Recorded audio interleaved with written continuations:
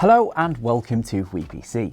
My name is Jay, and in this video I'm going to be talking to you about what you should be looking for when buying a gaming laptop, and if you should even be doing so. Now, whether affordability or performance is your priority, the inescapable reality of gaming on a laptop is that you will be paying double or more the price you would for a desktop PC for the same or sometimes even less performance. As a rough example, a gaming laptop priced at $1,600 would usually have the same or lesser performance than a desktop PC worth around $800. And ultimately, what you are paying for is that portability. However, it's not all negatives. Gaming on the move is a whole bunch of fun, especially for longer journeys, but there are a few things to consider when choosing the perfect option. Now, firstly, you will need to decide whether you consider the benefits of portability offered by a gaming laptop to be worth the price markup. And secondly, the best way to pick exactly which gaming laptop to buy is by comparing the FPS in your favorite titles against another competitor. So definitely look for reviews with benchmarks and compare and contrast. And I guess the first thing to address is the laptop power adapters and the performance difference when on battery only mode. Now, it may be of no surprise to you that laptop chargers, especially for gaming laptops, are both heavy and extremely bulky. Power brick is pretty much what you'd expect for a gaming laptop. Quite substantial in size. The CPUs and GPUs of gaming laptops need greater wattage and voltage to run your games at a good FPS, particularly if they are demanding titles. Other demanding programs and processes such as video editing or graphics design similarly require high voltage and wattage to perform adequately.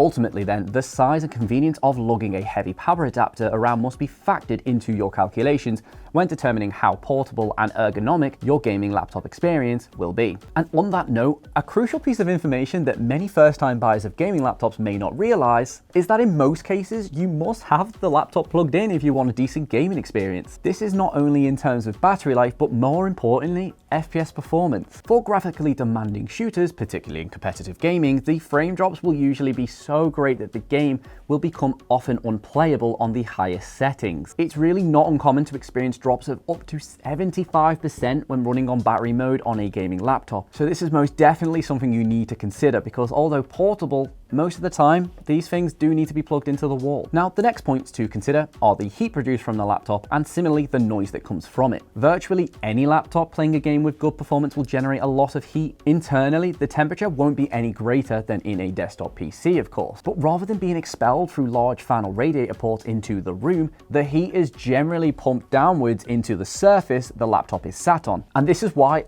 ironically, we wouldn't suggest gaming on your lap, as the produced heat will lead to severe uncomfortability and often health complications. There are various laptop stands and tables you can buy for either sitting on the sofa or to place on your desk to get that vital clearance under the bottom of the laptop. Let's talk about the noise that these things produce. Now, if you're simply browsing the web or typing up a lovely little Word document, then they're not much louder than regular laptops. However, load up your favorite AAA titles and then suddenly everyone on your train journey has wondered why an AC-130 has spawned outside the window.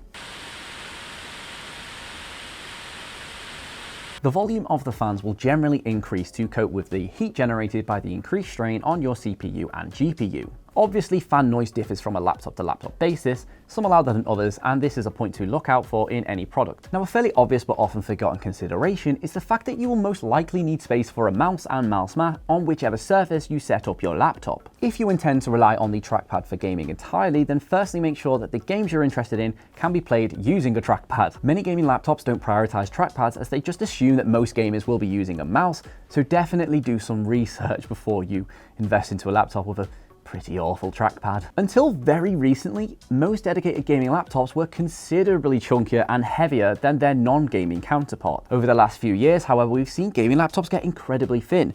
For example, the XPG Xenia 15, which we recently reviewed on our channel, is incredibly thin and packs a serious punch in gaming. There are some incredible components inside this thing, and it's so incredibly slim. So if you've not seen our full review on this already, it's on our channel, so definitely go and check that out. And our final point to consider is the screen itself. Obviously, all the usual considerations apply when selecting a gaming laptop in terms of the display, as they would with any laptop. Bezel size, matte or gloss, color gamut, color accuracy, brightness, contrast, and all of the other things you would expect. Besides this though, one should take particular note of the refresh rate when shopping for a laptop suitable for gaming. There is very little point in getting a machine with a CPU and GPU capable of pushing games at 100 frames per second if the screen literally doesn't go above 60 Hz, as you just won't be able to see the benefit. Almost all laptops nowadays that are marked as gaming are 60 Hz or above. But if you are interested in playing competitive first-person shooters, then we would recommend a screen of 120 Hz at least. So there you have it guys, our quick guide on the considerations you need when buying a gaming laptop. Do you yourself have your eye on a gaming laptop? Please let us know in the comment section down below which one you are going to choose. If you've not already seen our review on the XPG Xenia 15, it is on our channel. It's a really great video, and I'll do you one better. If you click over there, that will actually go and take you to it. Don't say I don't help you out. As always, we'd love you to leave a like on it, subscribe, hit the notification bell so you never miss an upload. Thank you so much for watching, and I'll see you in the next one.